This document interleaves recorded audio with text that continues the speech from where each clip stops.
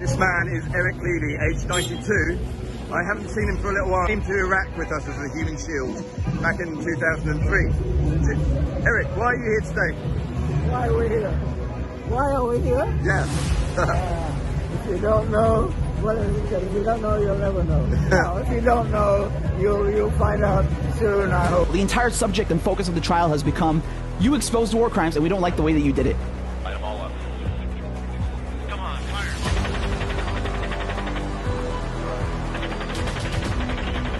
We're gonna shoot the messenger. They're sending a message. This is what will happen to you. You're gonna go to jail for hundreds of years, and they're dragging him all the fucking way to the U.S. to put him in jail because he showed the U.S. for what it really is.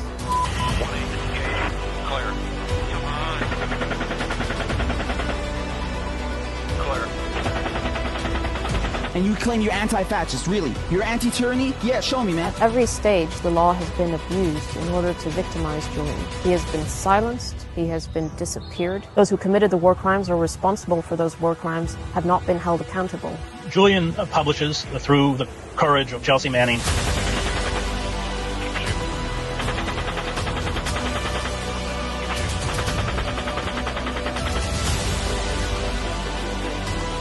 Julian is in prison because Wikileaks is a publisher that specializes in the secrets that states keep the most hidden. Julian revealed war crimes by the US government, the world's superpower, in Iraq and Afghanistan, and the fact that it had normalized, institutionalized torture. This assassination plot was as revenge for what Wikileaks had published. This is a country plotting to assassinate a journalist because of what he has published. Julian has done nothing wrong, and the prosecution against Julian is the single greatest attack there has been on the First Amendment, and that is Trump's legacy. Julian is not a US citizen, he's an Australian citizen who was working as a journalist in the United Kingdom. He owes no allegiance to the US government. Since the 11th of April 2019, Julian has been inside Belmarsh High Security Prison, which is the harshest prison in the UK, known as Britain's Guantanamo Bay. It's also a difficult struggle for him mentally. Julian suffers from clinical depression. He has all his adult life. I have 2 children with Julian. They are 3 and 4. Our eldest was born when Julian was still in the embassy in 2017, and he would go to the embassy to visit Julian. We kept it secret so a friend would come in, posing as his father. That is the danger posed by the US prosecution of Julian Assange, and I have to say that the time for fence sitting has run out. Colleagues, this is our last chance for a say on this case. If Assange is surrendered, he's gone. How can we talk about rule of law and not resoundly condemn this criminal prosecution and demand his release? You know, across the country, we've learned there's so much support in America from, from normal Americans for Julian Assange. We've moved all the way up the East Coast from Miami through DC, Washington, Philadelphia. All right, so we're outside Merrick house for a vigil. Really good turnout so far. This is right across the street from his house. So he can see us. He's home, apparently. He can see us. Hi, everybody. Hi. Free Assange. Free Hi. all political prisoners. Assange. We're live on A4A.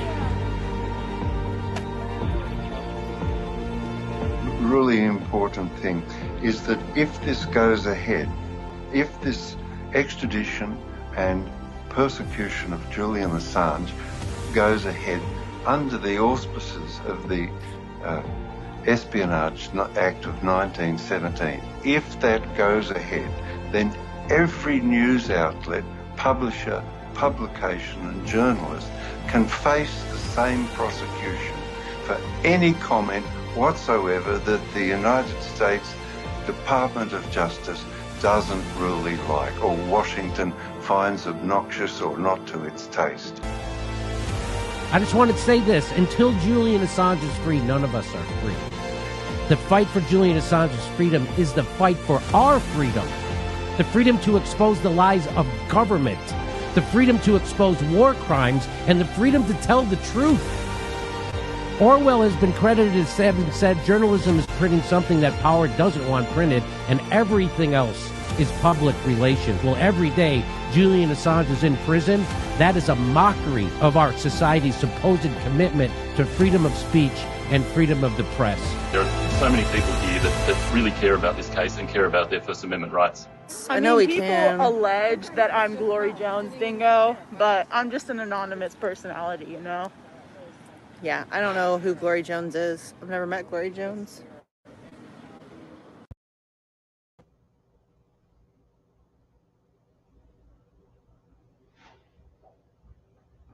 You're muted, Misty. I'm muted. Howdy, Hi, everybody, friends. and thank you Hello. for joining us. Hi, Glory Jones in the chat, and Trey, and Jade, and Nancy, and Steve, and I think that's it so far. Ugh, the show's gonna suck, you guys. Not gonna lie. I'm gonna just jump in and start numbers real quick Yeah. before we pull anyone else in. Yeah. But we do have Ali with us here today. Sleepy's being awesome, giving us hands behind the scenes. So huge shout out to him. But it is 4,253 days of illegal and arbitrary detention for Julian Assange. We have 1,206 days since the WikiLeaks founder was arrested and trafficked from the Ecuadorian embassy after being sold to the U.S. and the U.K. for a $4.2 billion loan from the International Monetary Fund to the nation of Ecuador. We have 570 days since Vanessa Breitzer's January 6th ruling denying Julian Assange bail after personally ordering his release and ruling no extradition in his case.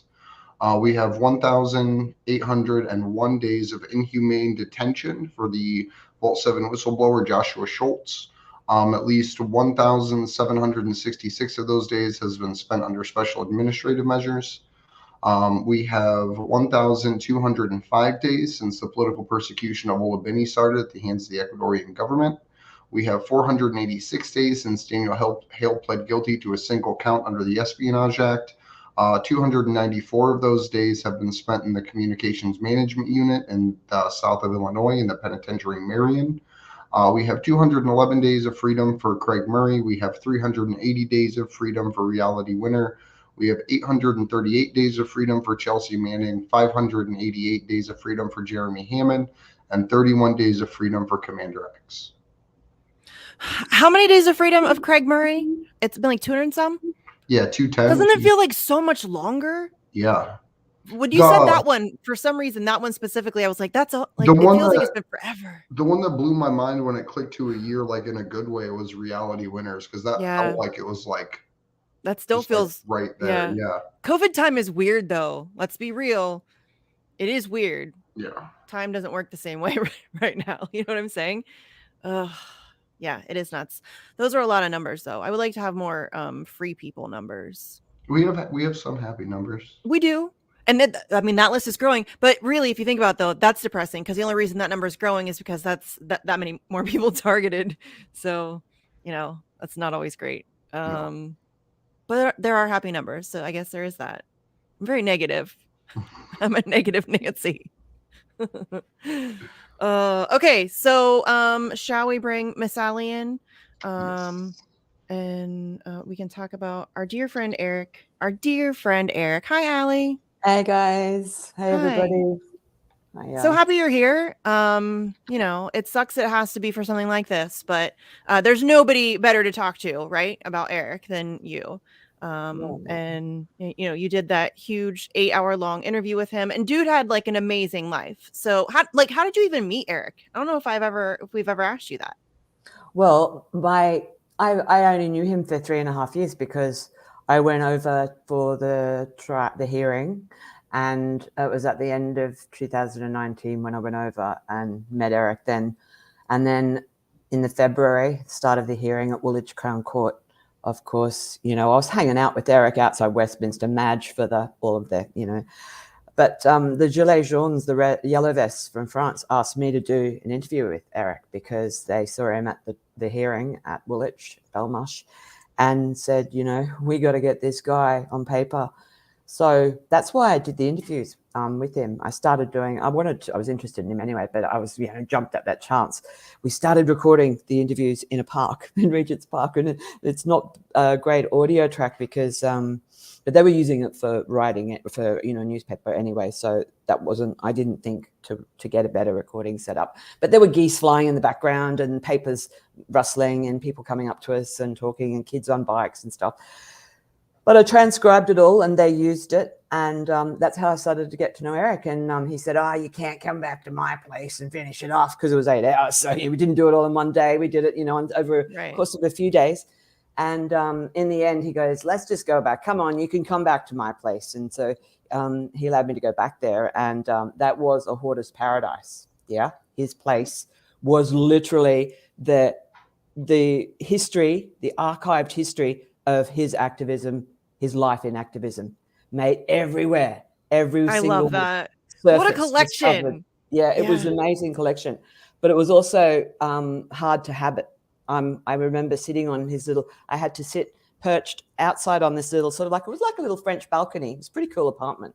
I had to sit out, my bum was outside on the balcony. My feet were sort of on stacks of piles of papers, that he bagged up. So he had bags and bags and bags and bags and bags of papers everywhere, totally everywhere, literally everywhere. He hardly had any there was no table space to have a cup of tea or, lunch or dinner. He just had one little space for him. All of the chairs stacked with papers, every single place.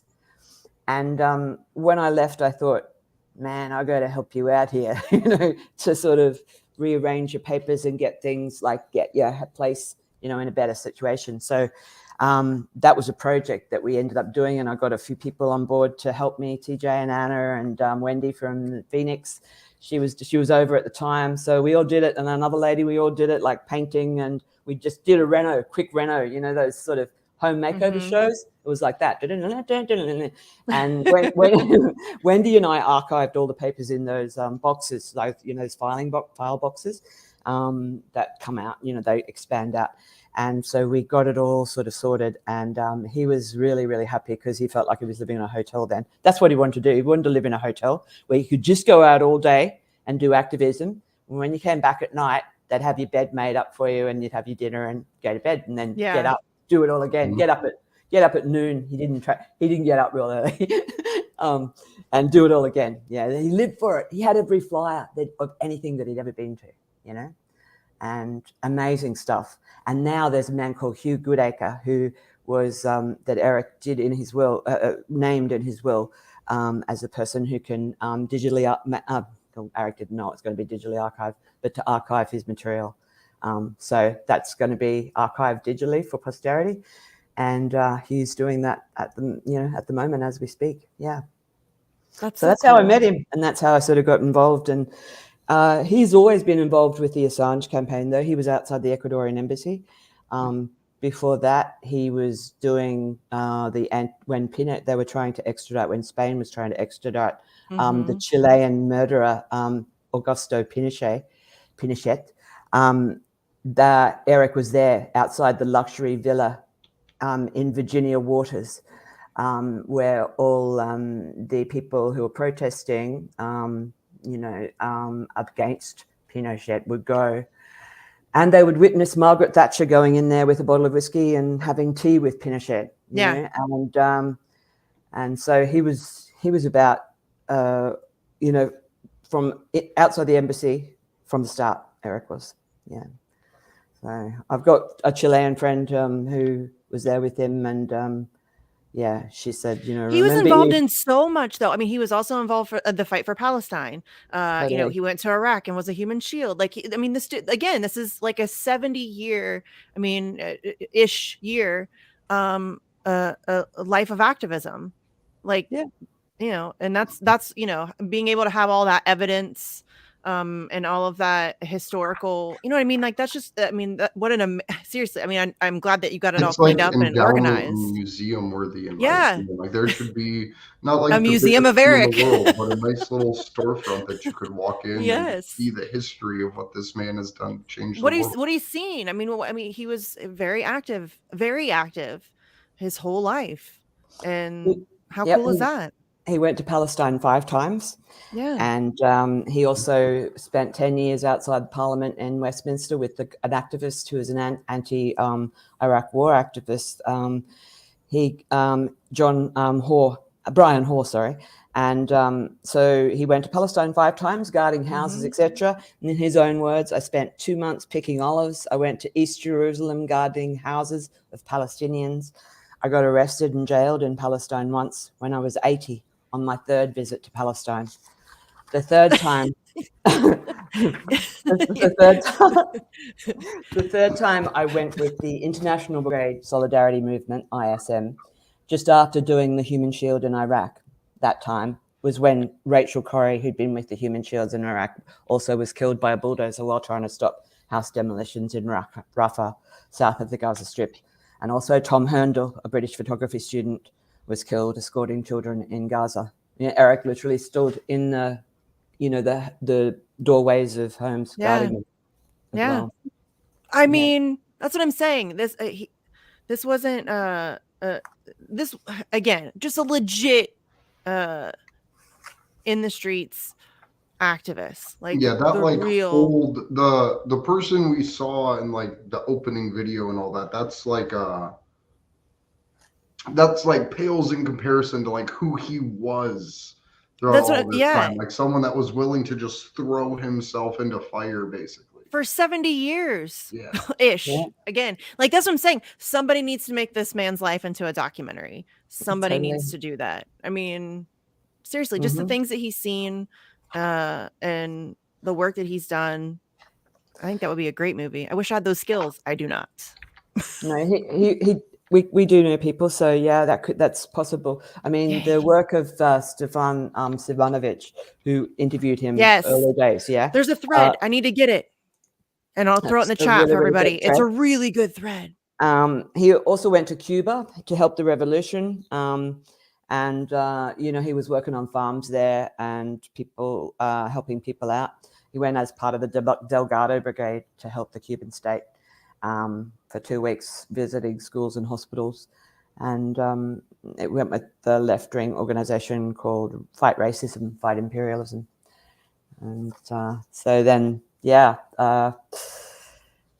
he started out though when he was young. He there's a really good quote I've got here. I hope I can just put my fingers on it straight away, because this interview is a very, very long one.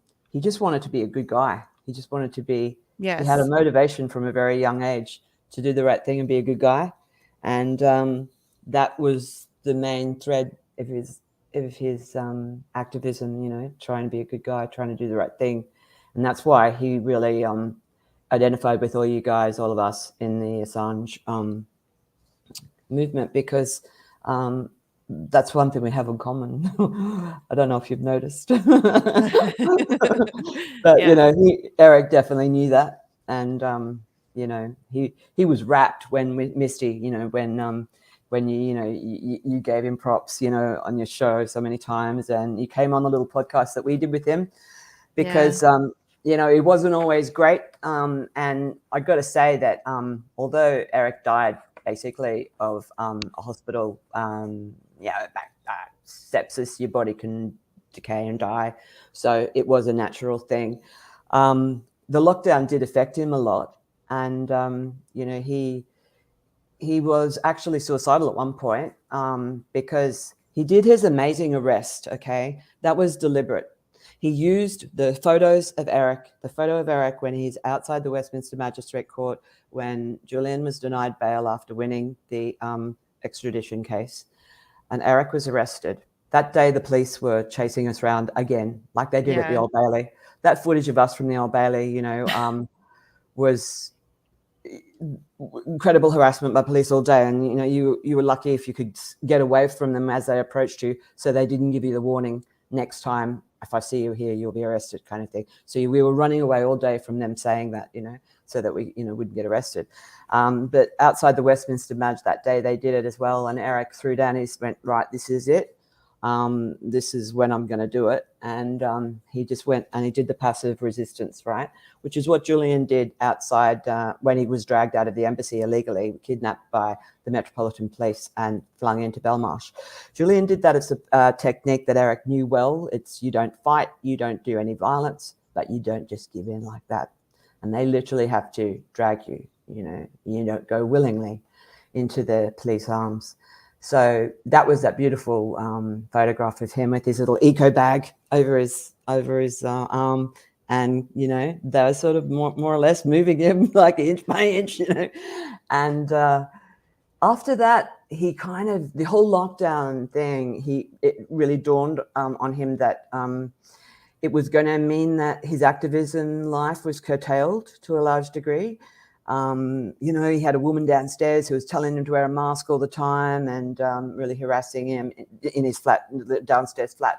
And he was quite depressed, and he was sort of, I'm going to jump up, ring me up and say, I'm going to jump off a bridge, I went over to his place and cooked him up lots of food and stuff and took him for a walk.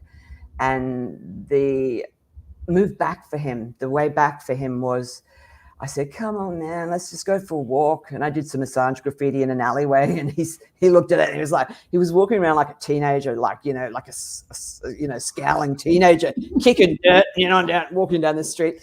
And I said, okay, I'm going to go into this supermarket and buy some yogurt and stuff.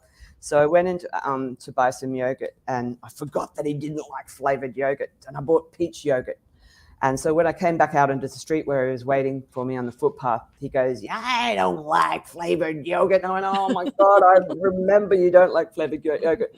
So I literally went back into this store, put the peach yogurt back on the shelf and just took a plain one. It wasn't the same price or anything, and just walked out with it because I couldn't leave him out there for very long. I didn't know what was going to happen.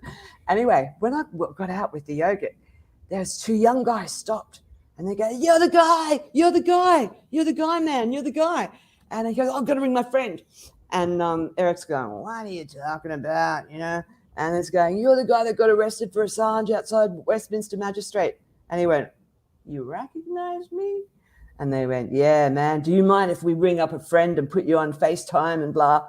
And Eric goes, no, that's okay, So they were ringing their friends and going, we're here with the guy, And that buoyed him. It buoyed him, and it changed his whole sort of, outlook going forward. And he got another second wind, and he was all good in the hood after that, Yeah. But yeah, lockdown, as it did to many people, made him really depressed. And and that was because he couldn't do activism because he lived for it. Yeah. No, he totally did. And he never missed. That's what I'm saying. Like he never missed an action, like even into his 90s, even right up until like he was really hospitalized. He never missed very many actions at all. He was out there all the time, sometimes, like twice a week and more. I mean, crazy. He went to Belmarsh on Saturday mornings. Yeah. Then he came to Piccadilly Circus on Saturday afternoon. Then went out to the pub with us. Yeah. And then Wednesdays at Australia House, he was there every day, The last time he didn't come to Australia House, he wasn't real well because there was someone who in a group, it was a different group at Communist Revolutionary Party, that convinced him to get vaccinated. And he did it behind my back because he knew that I said to him, mate, you've been on the streets for 2 years. You haven't been wearing a mask, and you've been on the streets with us for 2.5 years. Like, if you're going to die from that thing, you would have done it by now. So don't even worry about it. But, he was always trying to do the right thing. This lady stalked him. So he kept it a secret from me. And the Christmas before, we noticed that he couldn't walk and he didn't have enough heart strength to walk, kind of thing, much. So and then on the last High Court date, he didn't turn up, so I went to his house and said, man, where were you? And he was like really ill. And he goes, I was cooking him a steak and creamy mashed potatoes with butter. And he just then confessed up that he just yesterday had another one. And then that he'd had the one on the Christmas before. So I went, 2 and 2 together, that's why. So it wasn't a good thing for them to do, to stalk him and make him do it, but they probably were thinking they had good intentions or whatever and hadn't done any research at all. And unfortunately, I would say that was a big factor. But in the hospital, he was treated really, really well. He was treated so well. I had to leave London in April. And because my visa had expired like 3 years before that. And, so I was on immigration bail. And I said, like, I'll go back to Australia when they open it up. But at the moment, if I go back, I'm in a jail because, the camps are similar. And so when my state opened it up and you didn't have to get anything, any medications or any go into those camps, I returned that because that was my deal with the Home Office. I'll go back when they allow me to go back without any medical interventions. And so unfortunately I had to leave, but he was in hospital then, and they were doing the COVID lockdown at the hospital, and no one could visit. But the staff there were beautiful. They were really, really good to him. They used to get their mobile phone and put him on the phone to me all the time, every day. And that you could tell they loved him. That you could tell they were impressed by him. How can you not? Yeah. So where are the people who are his age sometimes fall victim to this thing of just get rid of him out of a hospital and put him in a nursing home and who cares? They didn't do that. They kept him there the whole time and treated him really well. It's one of the things we actually worked together trying to fight and make people aware of, but it was not the spy cops bill in the UK, but the one before it, that piece of legislation that allows police crime sentencing bill in the United Kingdom to break the law for the profit of the crown, or however it's worded. Yeah.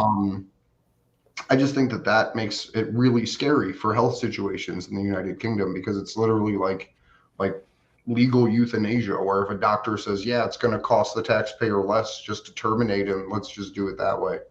So to me, that was the thing that scared me the most, is knowing that I think it's Health and Human Services or Home Office or whatever it's referred to over there, just has the power to be like, no, we don't want to pay for that anymore. It's going to cost us too much money. So that was the part that scared me the most. There was a ruling by these bureaucratic bodies that are informed by what you could basically call Quango think tanky type sort of, bureaucracies.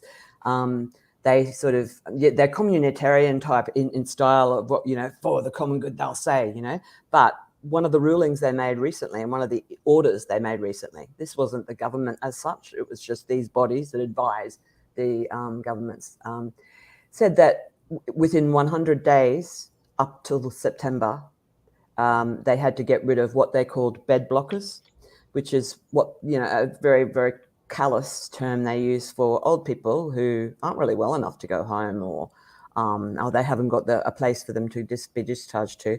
They had to get rid of all of them. So that was the ruling, but they never did that to Eric at all. They kept him there, and he received very good care. And it was by virtue of the fact that he was still compos mentis, and obviously the nurses just thought he was great, Yeah. So they didn't let him go into the hands of a nursing home where I think it was a 700% increase in the orders of midazolam, which is a drug that's used to euthanize people through nursing homes. I love that picture.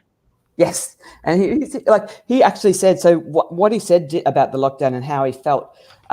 He said he thought that he'd aged 25 years during that time, and I've got to read out this quote. Sorry, but it's sort of like an 8-page document, so I'm going to find it. But he talks about Marilyn Monroe. He talks about vanity and the lockdown. So he says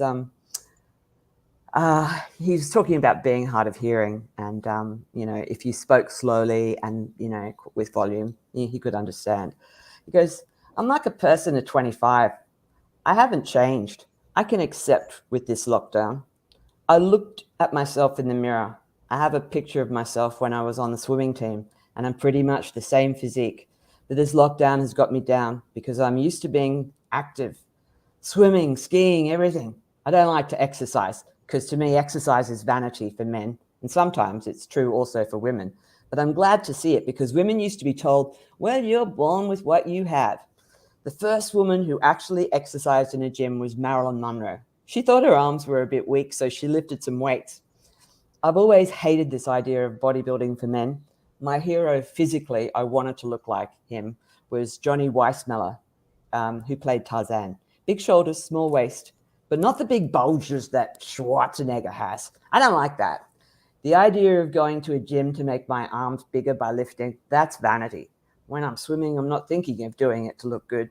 But now I looked the other day and I thought, oh gosh, in 10 days of a lockdown, I've lost 20 years.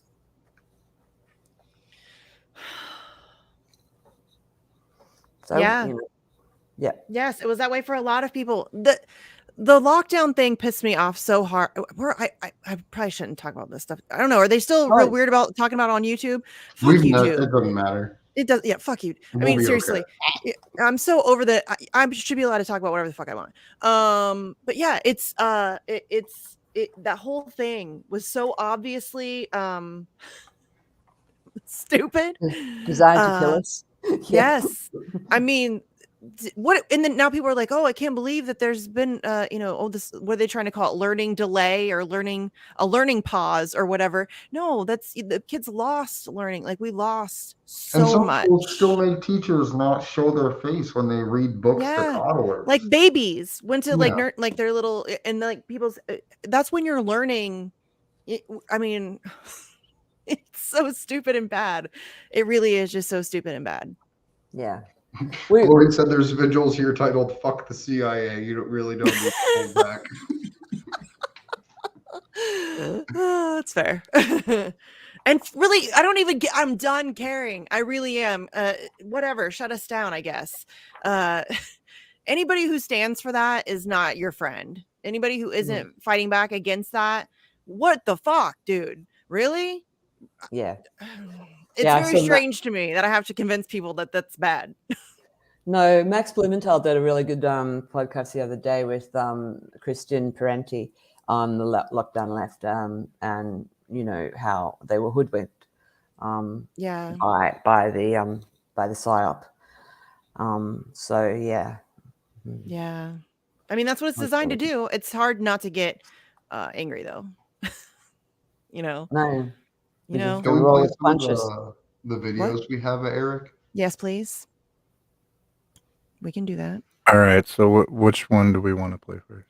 I can share screen. Start with Ali's video of him flyering the cars, because that's just I haven't seen it personally. Oh, do you have that, Ali?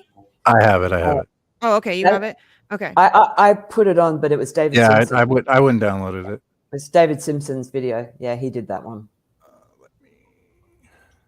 This is outside Belmarsh in the traffic.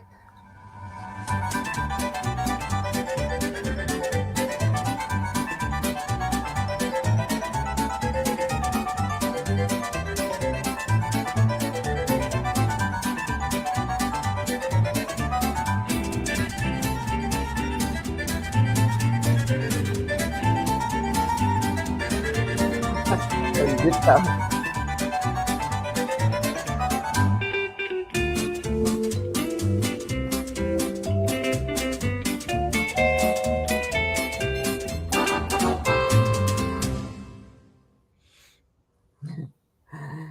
Yeah.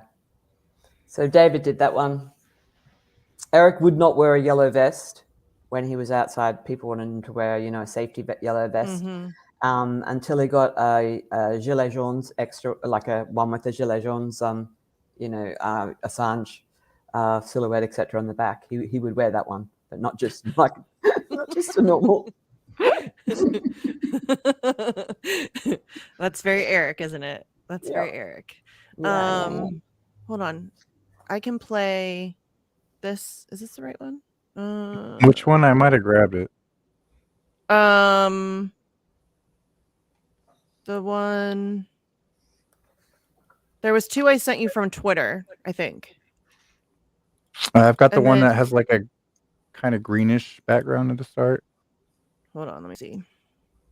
And then I have the one that I DM'd you about that had like words and stuff. No, this one doesn't have green. It's I can Does share it start with Eric Levy? Yeah. Yeah, I think I have that one. Okay. Okay. It's always nice when Sleepy Josh is here and I don't have to do technological things. Is it this one? Yes. Speak for all decent humanity. Well, I said this about Julian. It's true of us too. There should be no false modesty. We're doing the right thing. Keep it up. Dare to struggle, dare to win. I remember, because I'm old enough to remember that this was said in the case of Vietnam. Dare to struggle, dare to win. Ho, ho, Ho Chi Minh. I'm here for the same reason I was in Iraq, because I believe in justice. I believe in peace, but principled peace, not appeasement. peace with freedom. Yeah. Otherwise, it has no meaning. If you have peace and you're indifferent to what's happened to other people in the name of peace, that's a fraud. But it's important about Assange. He's not just one person. With WikiLeaks, he speaks for all of progressive and decent humanity.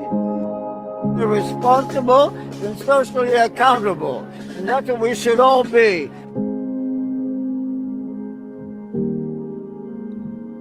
A person who is heard by so many people and read by so many people, if he's socially responsible and socially accountable, then that means a lot. That will influence people and bring about the change we all want, change for the better. So let's always remember that. Free Julian Assange, definitely free. Has a right to life and life, liberty, pursuit of happiness. He has that right, as we all should, Happy birthday, dear Eric. Happy birthday to you.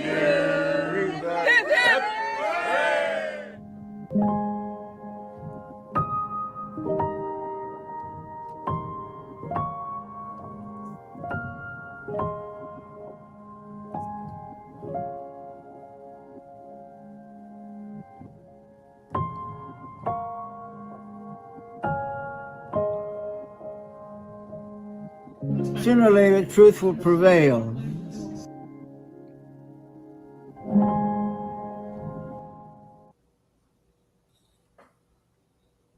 That was well done. Sure. Yeah. Makes me sad. Well done. Yes. That was made by, I guess, Swan. Swan. Amarillo. Yeah. Yes. Yeah. So I'll throw the link to that in the chat if I can find it. God bless America. Mm-hmm. Oh, I hate when I fuck shit up. Okay, hold on. I'll throw the link to their Twitter where they posted it in the chat. Go check it out. Okay. It's sad. It makes me sad. Yeah, it was hard to watch. Yeah. Right. I just want to live a life half that awesome, or like a right, quarter. Dude. It's good, dude. No one person can fill Eric's shoes. It's gonna take like hundreds of people. We need more Erics, you guys. Lots more. We really need more Erics. A lot more. I mean, and you're like, I don't know that I could ever give enough effort to like be Eric, but like even just half of that, or like a percentage of that. We need lots more of that. Lots more of that energy. Totally. He fought all the fights, y'all. Need all the ones worth fighting for sure. Yeah. I mean, obviously not all the fights. A lot of them. A lot of them. a lot of the important ones. Yes, and he always got it. Like what he was saying, he was so wise. You know what I mean? Like just so. Yeah. I got to say that one of Eric's main inspirations was Paul Robeson. Yeah. He always talks about Paul. And this is how, Eric was born in England, but his parents were from Egypt. And his mother was from Egypt. His father was from Egypt. His father was a cotton merchant. So that's buying the cotton from the growers and then trading it. Eric even kind of had a little bit of criticism for that when he told it in his story. And let me just say it in his voice. They came to England and had me and my brother before me. I was born in 1928 and he was born in 26. The whole family is dead now. I'm proud of my heritage in a third world country, Egypt. At the age of 6, they went back to Egypt for 2 years. And at 8 years old, before World War II was declared, 1934, they took me to Switzerland because they saw perhaps the war coming and they didn't want me to be in difficulty. So being from a Jewish family, although not religious, and I hasten to add here that I am against what the state of Israel is doing in Palestine, I'll always oppose anti-Jewish feeling, but I'll also always oppose anti-Arab, anti-Muslim, anti-Christian, anti-atheist. I'm not religious myself anyway. I was in Switzerland from the age of 8 to the age of 18. It was a boarding school, but a very good school that I stayed at till the age of 18. A wonderful family. I was the roommate of the youngest son, and they treated us the same. The only difference was when the son would go to kiss his parents goodnight for 5 minutes, it didn't happen to me, which perhaps psychologically it may have had an effect. Anyway, thing is, having a sense of justice, this is what is important here, of having high ideals for others as well as myself. Maybe I was thinking more of myself, which is the opposite of what I think today, but I still wanted to be a decent guy. And so he stayed in Switzerland boarding school, and when he finished secondary school, he didn't quite graduate because there's a Swiss exam, which is like the French baccalaureate, which is higher than the A-levels in the UK, but probably not much higher. He says, World War II was over and my mother came to Switzerland to pick me up, and I said, well, I like the school, I'm going to stay. Glad to see you, mother, but she and my father were divorced. It had a lot to do with the fact my father had made quite a lot of money, was a working class, a poor man. Remember, his English wasn't good, whereas she was ladylike and pretty, so he married her. She probably married a man who had a lot of money. And so he then, he went to stay in a lake district in Switzerland and with another family, and then came back to England, and he didn't like England. And so his family friends helped him to emigrate from America to America. So because he wanted, he thought, let me just say it in his words, he thought it was a land of, fairness in society. It was the US of President Franklin D. Roosevelt. And of course, there were rich people, but also poor people, but much more equality in the citizens, and great in all sports. And of course, I love the sports. So I said, this is a society they want to go to. So I decided I wanted to immigrate to the States, and his uncle, his father's brother, helped him. And but unfortunately, they went from Franklin D. Roosevelt to Truman, who bombed Japan, the A-bombs, and they changed the policy of Truman's to bombing Japan, which was already on its knees, and they experimented with the atomic bomb and using people as human guinea pigs. And we know the people who died in Japan, so unfortunate, because it went from a progressive United States to a very reactionary one. But when I say progressive, for whites, because of course there was, and all the time I was thinking of the United States as a country I want to be in. I knew about the black people and the injustice there. So I was conscious of that. Not as conscious as I am now, but I understood it. So I said, well, I'll go to the United States. I think the US is the best country. Thank you, Roosevelt. And I'd heard vaguely how the situation had changed. 1947, they started McCarthyism, the witch hunt, form of fascism. We can be very clear about this. And if you want to confirm that a refugee from the death camps you want to confirm this, a refugee from the death camps at Auschwitz in Nazi Germany came to the US to settle. And then he went to the McCarthy hearings and he said, I've just seen for the second time the naked force of fascism. So that's very, very important to understand. This was informing his thinking, and he couldn't get out of going to the Korean War because of conscientious objection, because he wasn't religious. So he wasn't going to lie about that. So he had to go. He thought, I'll be a stretcher bearer.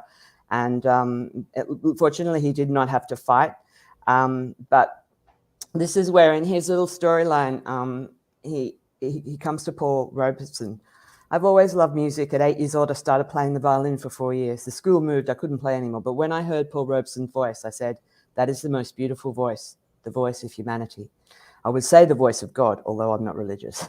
But then people said to me, but he supports communists. So I said, well, he's a wonderful person, the greatest of human beings. But because I didn't know much about his life, just his singing, then I met Paul Robeson, because he came to the West Coast. He was on the East Coast much of the time, and he was a wonderful human being. I heard him speak. And when he said he supported socialism, this did tally with some of my progressive lecturers were saying in school, where he was going to university to do teaching in California. More and more, I found myself being called un-American. There was never any plan on the part of the Soviet Union to attack the US, which is what they kept saying in the Cold War. And if you read Marx said, you can't export the revolution. So he was then got his first arrest in the US, young man, 20 odd. When he got back from Japan, I became aware of racism. A lot of black homes were being searched, and it's against the Fourth Amendment of the Constitution, the Bill of Rights of the US. We got it from England, by the way. You can't search a home without a search warrant. You have to get it from a judge. So I was arrested. I was just running, and two policemen stopped me and said, where are you going? And I said, well, I'm running. There's no law against that. So they said, oh, wise guy. They didn't like me to stand up to them. And I'd heard about the Los Angeles police being very nasty. And they said, you are under arrest. And I said, what for? And they said, we think you're a peeping Tom. So they arrested me and they had me in jail for 48 hours and they took me to my home. I was living with a lovely family, and it's only then I reacted, oh, Fourth Amendment, you can't search a home without a warrant. They took me to my room and they saw all my Paul Robeson records, and I said, yes, he's the greatest of Americans. And they didn't like that.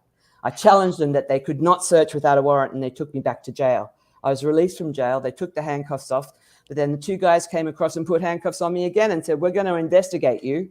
Spoke the truth, and I told him, you ought to be ashamed of yourselves with what you're doing to Korea, with what you're doing to progressive Americans searching homes without a warrant, and the great Paul Robeson, artistic crimes. So I decided I would take these guys to court. So I went to the American Civil Liberties Union. It's not all that progressive. It's liberal. The American Civil Rights Congress is, but I said I'd go to that one. I'm not going to lose in court because it will be before a judge. Unfortunately, the case was given to a junior partner, and this guy was very clearly anti-communist. And when it came to the court, the police lied to the judge. So he basically fought that, and he fought the judge off there, and he wanted to appeal against that. But as things happened, he met this beautiful lady, and she wanted to come back and listen to his Paul Robeson records. One thing led to another. They ended up getting married, having a child. And then because of his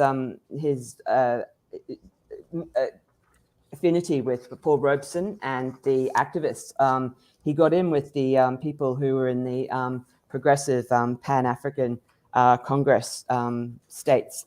And so he ended up going to Guinea with them. And you would not believe, he went to Guinea with the great W.E.B. Du Bois. Of course he did. Of course he did. So I just read a few quotes out about him, right, and his experience over there. He goes, I do recommend Paul Robeson's book, Here I Stand. Very inspiring, although it takes you up to 1958 when it was written. It's still very much the same situation of racism. When I met Paul over here, he had him around him, William Edward Burgart Du Bois, who he worked with, and Alphaeus Hunton, an academic and teacher of English literature at a black college in the United States. Hunton was teaching in Guinea, so this very great, fine, outstanding teacher was doing the kind of job that I could do as an elementary teacher. He was doing what he could to support the struggle. And I was there, and I was in touch with him every day. Du Bois was invited by the first prime minister and president of an independent Ghana in 1957, Kwame Nkrumah, to produce a compendium of African history, to take the place of the Encyclopedia Britannica and the Encyclopedia Americana, which very racist. So they called it the Encyclopedia Africana Project. And Du Bois started that and went to Ghana. After a year and a half in Africa, Du Bois died writing his Encyclopedia Africana. Paul Robeson was also invited to lecture, but his health wouldn't permit it. Three of them, Robeson, Du Bois, and Hunton, were heading the Council on African Affairs in the US. And this was on the Attorney General's list, Robert Kennedy and others, as a subversive organization, Communist Front. And all they were doing was campaigning for African independence. The fourth person was Lorraine Hansberry, who wrote A Raisin in the Sun. She died very young of leukemia, a lovely person. A fifth was Ollie Harrington, who wrote columns and drew cartoons for the Daily Worker in the US. In one cartoon, he shows a black woman, middle-aged woman in a house. There's hardly any window panes left, and the roof shattered, and this little kid playing happily, as kids do. And then the Reverend coming across saying, "Are you okay, sister?" She answers, "Hello, Rev. We just thought the Russians had dropped a bomb on us." Russian propaganda around at the time. You can imagine how relieved we were to know it was only the Ku Klux Klan bombing our house again.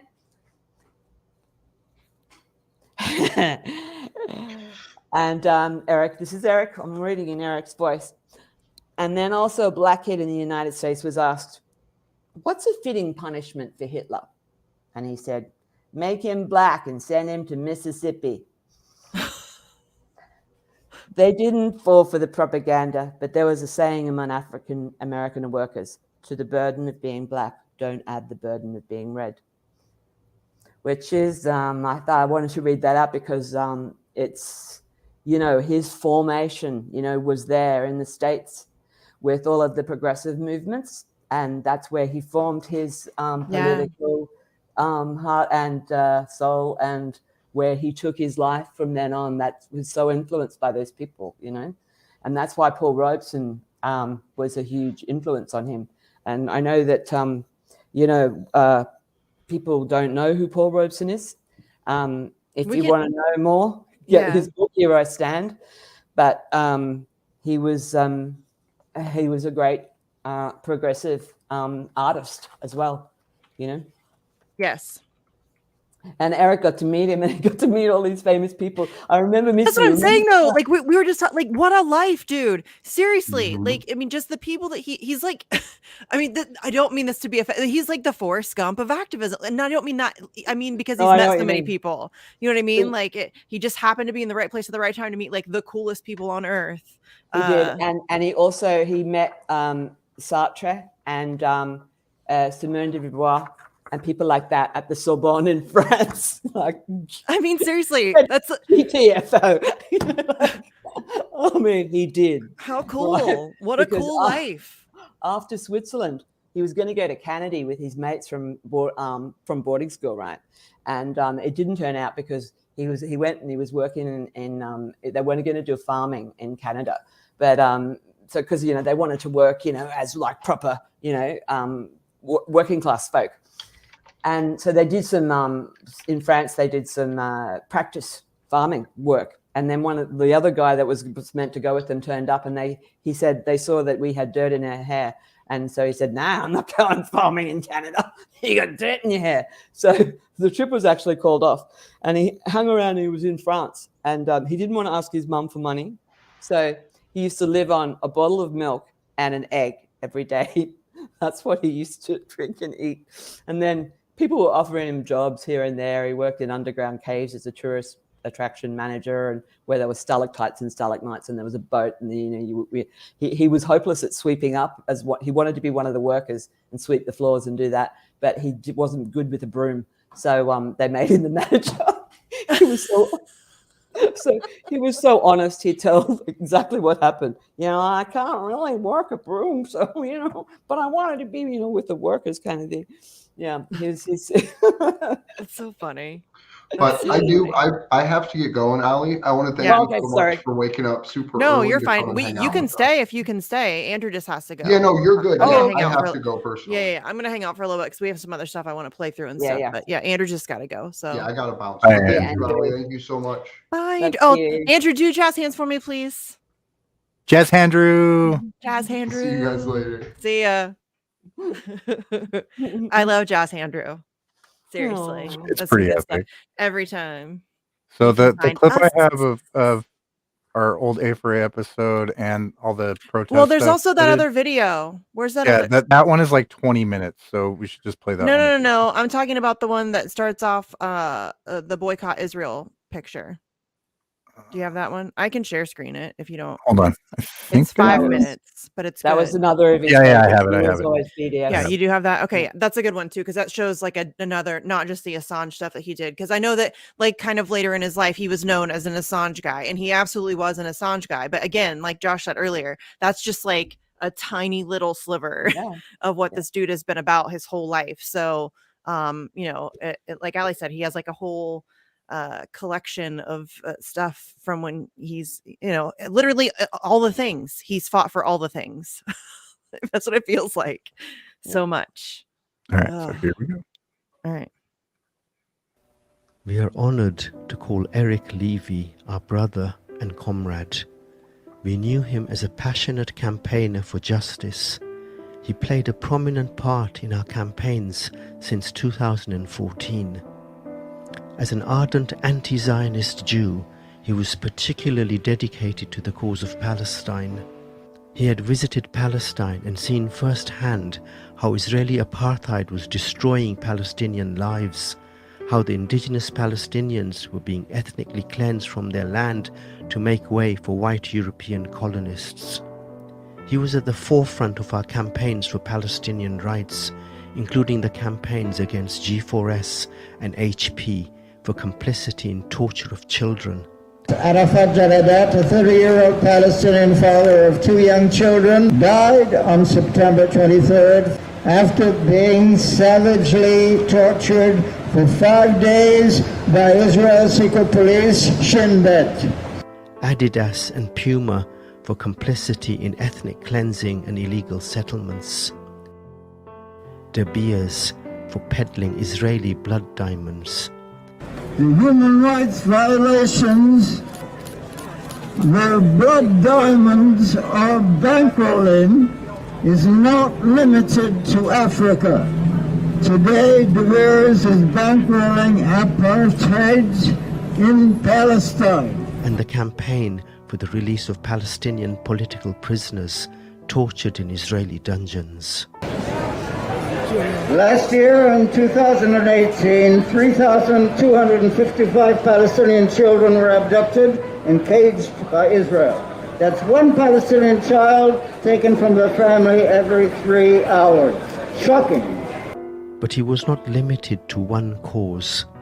Wherever he saw injustice, he threw himself into the struggle on the side of the oppressed. He opposed the invasion of Iraq and traveled to Iraq as a human shield. He opposed the Saudi genocidal war in Yemen and campaigned for the release of Bahraini political prisoners. In Bahrain, to be in front of torturers, to be herself subjected to the most act of torture, where she was herself threatened to be ending up in a prison. She was threatened that they would be killing her son. And for the release of Sheikh Zakzaki, caged by the brutal Nigerian regime. We are outside the Nigerian High Commission in London today to demand the immediate and unconditional freedom of Sheikh Ibrahim al-Zakzaki. And perhaps what he is best remembered for, he ardently campaigned for the release of the journalist Julian Assange in the UK. We are here to say no extradition to the United States, no rendition to the United States, and we demand Julian Assange is immediate and unconditional release. Mindful of his age and frailty, we purposely didn't invite him to guerrilla projections, but there was no stopping him attend the Malcolm X Remembrance projection in Brixton on a bitterly cold February night. He had particular affinity to the cause of black liberation. Eric was arrested several times, both for blocking Israeli armaments and for protesting Assange's unfair extradition hearings. We were awed and inspired by his bravery and dedication. Eric was a person with no ego. His only focus was the struggle. For many years he wouldn't even tell us his age, in case it might lead to preferential treatment.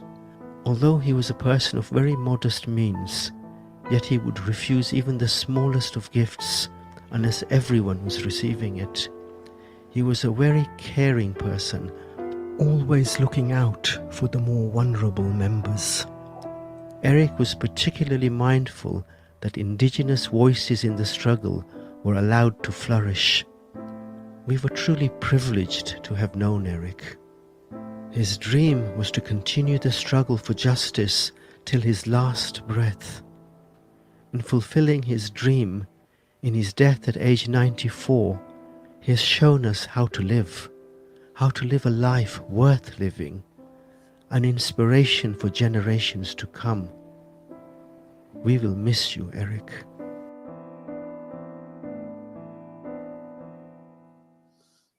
Damn it. That is a sad one to listen to. But if I can sort of just bring the mood up, not even dismissing that, but he would want you to bring the mood up, I think. No, but what I'm gonna say is his life is an exemplar for everyone, like that, that Ted just said. And the most freaking awesome thing that is happening in his passing, still Eric's name and his legacy is living on for Assange. It's that's like an awesome gift. And seeing his life, laid out like that, with how, how conscious he was of doing, the best and right thing for people, from the heart. It just shows everyone how to live and how, not to be dissuaded, just to keep fighting. And to me, that's like a power that he's given us beyond the grave, to go forward. It's like his stars are twinkling, you just got to keep reaching Well, for like that. I keep you know? saying, he truly was the best of us, and I really Yeah. like. I know that I really mean that. Like he was I know. one of the best humanity has to offer. Really, I mean, if you think Yeah. about, because that's exactly who he was. It wasn't. It was never about Eric. No. He'd get mad when we would like make it a Yes. little bit about Eric. Like he Yes. hated it. Yeah. Yeah, he He's hated like, it. fine, fine. Like it's in the clip. He's like, fine, fine. I'll concede to that. Yeah. I mean, he was like the most humble, just genuine human being I've ever come across. And it just oozed out of him. I mean, that was who he was. Like that video said, he was just about the struggle. Like it was never about him. It was about everyone. It was about all of us. It was about, he really lived that. I know a lot of people talk it. He genuinely lived it every day of his life. Every day of his life. He contributed every cent that he had that was Yes. that he didn't have, that he couldn't, like he lived a very, very thrifty kind of life. And so people often like, there's a beautiful guy called Joe Brack. He used to help Eric, and like, they did if he had a hole in his shoe and someone noticed it, they'd they'd put the hat round and buy new shoes, and Eric hated it. He'd be like, yeah, I don't need these shoes. I got these ones. They're fine, And that was a pretty good Eric impersonation. Thank you. That was pretty good, actually. I knew him well. But he reluctantly, accept them. And when we did the home makeover, like it was the same thing, like, you could tell he was chuffed, but, he didn't need it, and he didn't need anything. He was doing what he was doing and what he wanted to do. And that was, that was all he needed, to keep doing activism. But one other person who he was really interested in, which I will have to mention, was Mumia Abu Jamal. And he as well as Assange, and sometimes he put them in the same category. So he'd say Julian Assange is the voice of the voiceless. And he said that term was first used by Mumia Abu Jamal in Philadelphia. He was with the MOVE group of people who were progressive, mostly African. They all use the surname Africa. John Africa, Melinda Africa, Jane Africa. And they were all black, but there was one Puerto Rican, Carlos Africa. And there was one white woman called Susan Africa. So they were very good people, and their leader, Mumia Abu Jamal, went to the rescue of a taxi driver who was being harassed by the police. There was a shooting, and they accused Mumia of doing it. He's been in jail all this time since then. Under Obama, he got off death row, but he's still in prison, and he's been in 40 years in prison. So he wrote a series of articles called Live from Death Row, and it's very much like what Julian has done on a grand scale. Without Julian telling the truth, there's Pilger and Chomsky, but there are very few. And Chelsea Manning, who strikes a blow for women being true to her identity but her courage. She said she'd rather starve to death than testify. But without Julian telling the truth, Britain will vote for some kind of reactionary. And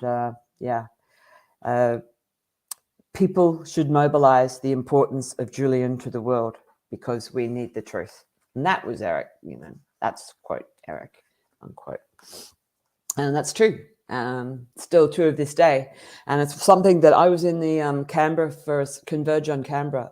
That's the Australian capital where they have the parliament and the federal government seat of the federal government yesterday. And they had some very, very strong speeches. One of them at Senator Surfer on Twitter, whose name is Peter Wish-Wilson. Yep. He said that 33 million people, marched against the war in Iraq. All those years ago, it did not stop the war. But where are those 33 million people now? And we need to mobilize those people again for Julian. And Eric would be right behind that idea to mobilize. It's the 20th anniversary next 6 months. In 6 months' time, it's the 20th anniversary. So we need to let's have go. Our sights set on that. Let's go. We Let's need to push. harness those people who marched the first time. Yep. Harness them. Yep. And march again on that 20th anniversary. If Julian isn't freed by then, we need to march for him. We should do that anyway. We should just do that now. We should have done that a long time ago. That's what makes me so mad, and that's like, you're absolutely right. We need to like push that. But they have been so effective in their smear campaign against Julian Assange that's, you know what I mean? It really is a battle of combating the smears at this point, because people are very apathetic because they've been kind of conditioned to not give a shit about this guy who they've heard, one of 20 different smears, and those people that I talk to, they don't like him, but they can't really articulate why. You know what I mean? It's like these weird, and it's that's a problem. I mean, it really, that's really, and we have such an information blackout. Mainstream media doesn't talk about it. When they do, they're smearing him, or spinning it in some weird way.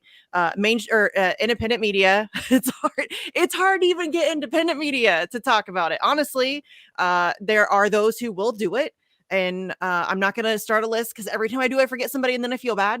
So I'm not going to start naming names. Don't let me start naming names. Hey, there's a hell of a lot more people talking about it than when we started. Yes, that's very true. And it's growing. And so, yes, that's a way to be positive, Sleepy Josh. I have to try sometime. Yes. Yeah. That's weird for you. Dude, we were screaming into the void, and at least on the US side. Yeah. Like, more or less. Yeah. And there's like all kinds of people that are talking about it now.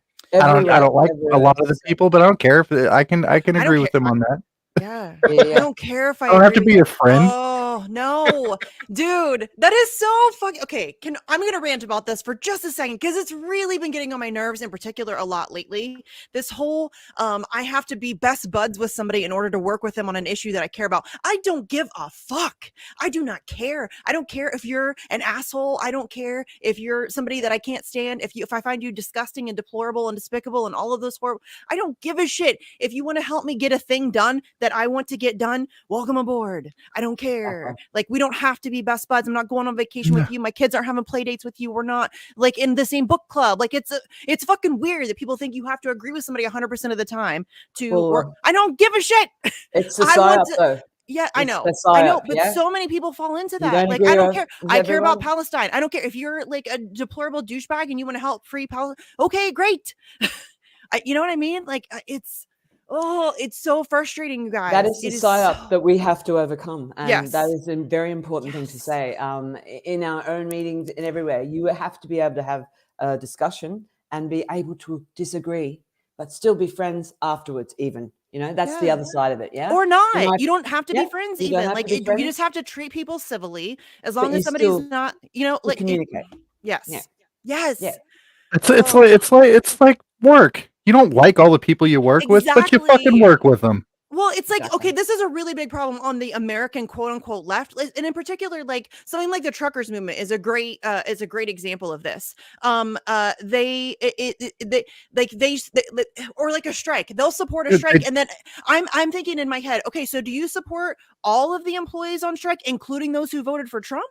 Including those who are probably a little bit casually racist, including those people who are probably sexist and want to, ban abortion or whatever, because I support all of them in their efforts to, get, do you know what I'm saying? Like, that's, I don't think that people people aren't all going to be this fucking same. Like, I don't know what the left needs to get that through their fucking head. No one's going to agree with you 100%. You can cancel people till you're the last one in the room. I would rather just try to find places where we can agree, be willing to have conversations where we don't, in a reasonable and, attempted, mature manner. I manage to do it all the time. I'm not saying I'm perfect. There are times that, like, especially like with Twitter, I don't even think Twitter counts, because it's like the trolley type people who I just don't have patience for. That's really all that is. But in real life, like, I spent like 5 days at a convention geared towards libertarians and, writer leaning conservatives. I was fine. I talked to a lot of people that I know I have major disagreements with. Absolutely. But like, I talked to them about things like ending the wars or freeing Julian Assange, or, you know what I'm saying? And I was fine. I'm fine. I'm okay. You didn't go on vacation with anyone? No, I didn't. And I had like civil conversations with people about things that we agreed on. And I didn't, I would rather focus on those areas of agreement than try to figure out how we can divide ourselves. Oh, the areas of agreement are the things that will make the biggest impact on society. Yes. And you can deal with that other shit. Yes, and maybe you can't. Like, maybe you will genuinely hate that person still. That's fine. Get the other thing done first. Yeah, I'm selfish, y'all. I want to get some shit done. Like, I would really like to get some shit done instead of just spinning our wheels and actually being crushed. I would rather, like, can we please just come together where we can and fight? We can't even, y'all. I know I'm really ranty right now, and I'm not sorry about it, but like, can we just agree that like the disagreements that we have on the shit, and listen, important conversations, all of it, not trying to diminish the importance of any of those things, whether it's abortion or gay rights or education, the environment, all of those things, very important conversations we need to have where we have those disagreements. We can't even have those until we deal with a system that's designed to kill us all. Like, correct. And you need newspapers and press and things like that you need to even address any of it. You need truth for sure. You need, if we lose press, we don't get to fight for any of those other things. No. Well, everything is part of the Mickey map, yeah. Now, yes. So it's all the U.S. Shoot at the lot, It's all the Pentagon, right? So we've got a lot to fight against. So we all, we need to retweet each other, even if we don't agree with everything that other person says. I still do that, but what Eric wanted to do, one of the last things, his swan song was going to be going into the High Court and standing up and saying and being in contempt of court and giving the judge a piece of his mind. I had a picture of him holding up. It was a very cheeky photograph of him pointing. What happened? There's no open justice. Open justice is a concept of a democracy, where it's from habeas corpus. It's from the Magna Carta. It's justice must also be seen to be done as be done. So the courts are open for people to go in and witness justice being done. But of course, as you well know, the whole hearing of Julian's hearing was shut off. Many times they tried to even shut down the audio feeds to various people, and it was hard to get onto a report. But it was also hard to physically go into the court. They COVID psyop, cut the numbers in that allowed in, and he couldn't go in to do what he wanted to do in contempt of court, Eric. So he was going to get arrested again before he died by going into the High Court and doing that. Instead, he had a sign, which he, in which he sort of mad bloke, a friend of his printed out a sign which said what he wanted to say. You're killing Julian Assange, and this is injustice, and this is wrong, and that kind of thing. You're about to send him back to Belmarsh prison, and that's the harshest thing you could do to a person who you've just recognised has health problems. But he said he wanted to call her a murderer in court. But he said, how much will that achieve? I'd rather be in court than Julian, because he can do much more than I could. This was when he was 92. And he said, I've got 8 years to live. Of the two of us, he's much more useful, with Julian telling the truth. I believe people are decent. Now decent people can vote for the wrong thing. Overwhelmingly, majority of German people voted for Hitler. The German people voted for Hitler because of propaganda of Goebbels, the minister of propaganda. So here it's the propaganda of the BBC. So that's why I think it's so important to have Julian free, because if people have known the truth, the people would have voted for Jeremy Corbyn. They were told he was anti-Semitic. I mean, all his life he's been fighting the Jews in Palestine, Indians and others. So he's basically, they attack Zionism, and the international definition of anti-Semitism includes criticism of the state of Israel. Now, couldn't people criticize the state of Germany, of Hitler? Would that be called anti-German? So, it shows how this ignorance and the being so illogical. He said, people should mobilize the importance of Julian to the world, because we need the truth. And that's what it comes down to, Misty, just accepting that, the truth is what WikiLeaks and Julian stood for, because they didn't gild it with anything. It was just like straight open source documents, read it for yourself, see it for yourself, 100% accurate. That is the reality. That is the truth. It's our shared reality and our shared truth, Same for you, same for me, same for everybody. Yeah, and people would say that like they were selected. I don't even care. Honestly, I don't even care if that were true. It's not. I don't think WikiLeaks selectively publish anything. They publish what they got. You can only publish what you get. And that's what you do. But I don't even like, we need 1,000 WikiLeaks across the globe doing exactly what they were doing against all of the people. As long as we're going to have people in positions of power, which is arguable if that's something that we should even have. But if we're going to have people in positions of that level of power, then we need to have a whole shit ton of people holding those people accountable. You know what I mean? Like doing everything that they can to expose those people. And do you know what I'm saying? Like, I don't know why that. Obviously, that's a thing that we need to be doing. Power corrupts. And hello, we're controlled by psychopaths. We need people keeping those people in check. 100%. I don't know why that's up for debate. And nobody did it better than WikiLeaks. Nobody. As Ali said, 100% record of accuracy over the entire existence of WikiLeaks. 100% record of accuracy. They haven't had to retract a single word. They've ever published millions of documents. That's an amazing record. Y'all, that's an amazing record. And as Ali also said, this is 100% verifiable, authenticated source documentation. It's not conjecture. It's not like somebody's blog. It's not talking heads screaming at each other on a Sunday morning news show. It is just black and white. Here's the source documentation. You read it, you decide. The argument that I hear is like, well, he released all the Hillary shit at a bad time. I'm like, that's the point of journalism, is to release things where it's going to have the most impact. Yes. That's what journalists are supposed to fucking do. Yeah, I'm sorry if you don't agree with that, but that's what they're supposed to do. That is what they're supposed to do. That's journalism. That's right. And just because you don't like the info, go fuck yourself. I forget who it was. Somebody said, you know, people will say that he was wrong to have published the stuff about Hillary Clinton because that impacted on an election. And somebody was like, well, if he didn't publish that stuff about Hillary Clinton, that action too also influences an election. That is in the public interest to know. What was released in those emails was, he didn't write the emails. He didn't rig the primary. That wasn't his thing. He just released the information that showed evidence for those things. And you know, the one guy that affected, he didn't even fucking do anything about it. So right. Yeah. Thanks, Bernie Sanders, you fucking coward. I mean, he's such a, I mean, y'all. Let's not get into it. No, it's not. You're right. That's for another show. That is for another show. But yeah, fuck that guy. Yeah, all of them, really. I mean, what a coward. Anyway, yeah. Yes. It always amazes me that, you know, people can have these, you know, left, right, blue, red sort of arguments because and say that there was a coup, and, you know, well, actually there was the transition integrity project, you know, which was a coup operation, you know, with the Never Trumpers and the Democrats, you know, saying if Trump wins again, we will definitely take him down. He will never be the president of the United States again because we have a coup project. It's called the Transition Integrity Project, and we're going to do anything to game it, you know, to game the system. So, you know, why do they always put fucking words like integrity? Because that's part of the propaganda. That's part of the head fake. Dude, they give it some official sounding, civilized, like, oh, everybody should support that.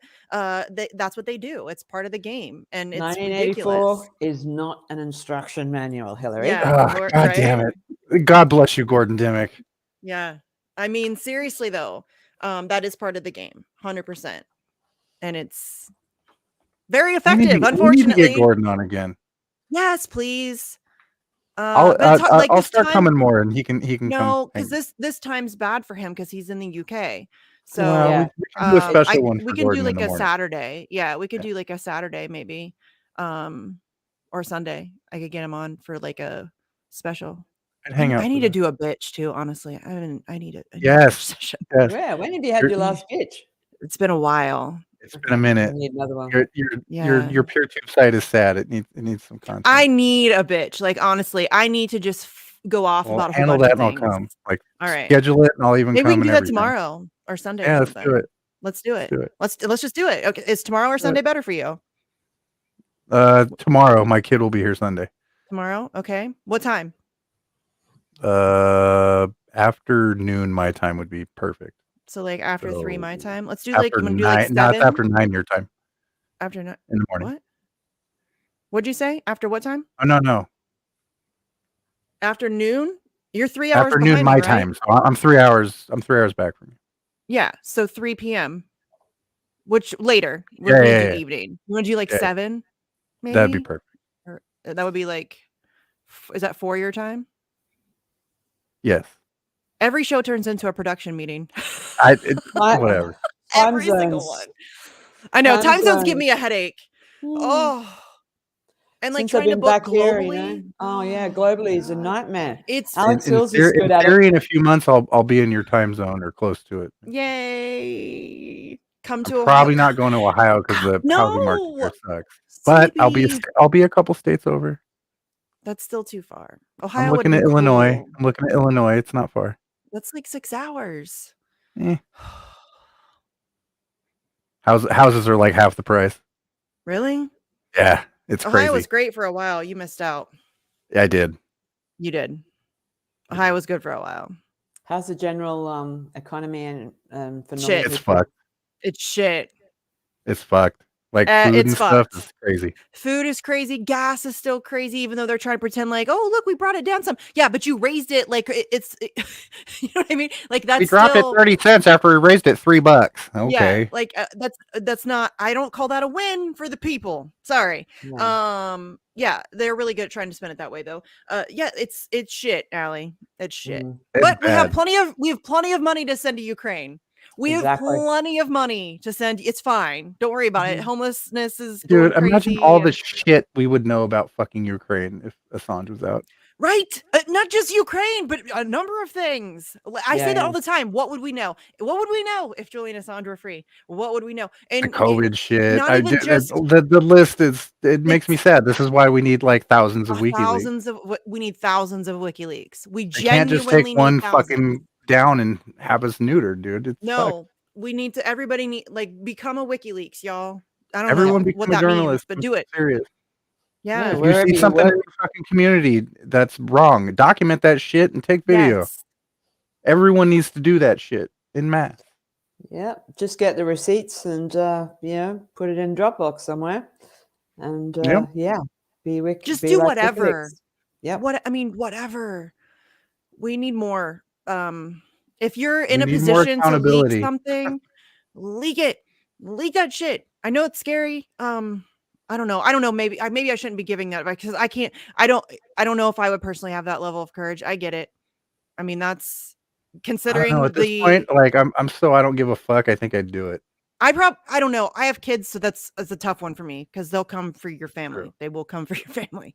But yeah, I don't know. So that would take. I probably would too. Honestly, though, I mean, You'd do it. You're probably right. If you saw some terrible shit, you would fucking do it, Missy. I know. You're right. You're right. Yeah. You use a burner. Do it. Yeah. We just have to think of what would Eric do. Dude, we need that on a shirt. Yes. What would Eric do? What would Eric do? That's a good Somebody make shirt. that for me, Yeah. please. I will buy it. I will buy it. yeah, You know yeah, I yeah. will. I will buy it. I will buy it. I By the way, bet you somebody I said could get earlier. Mona to come up with the design.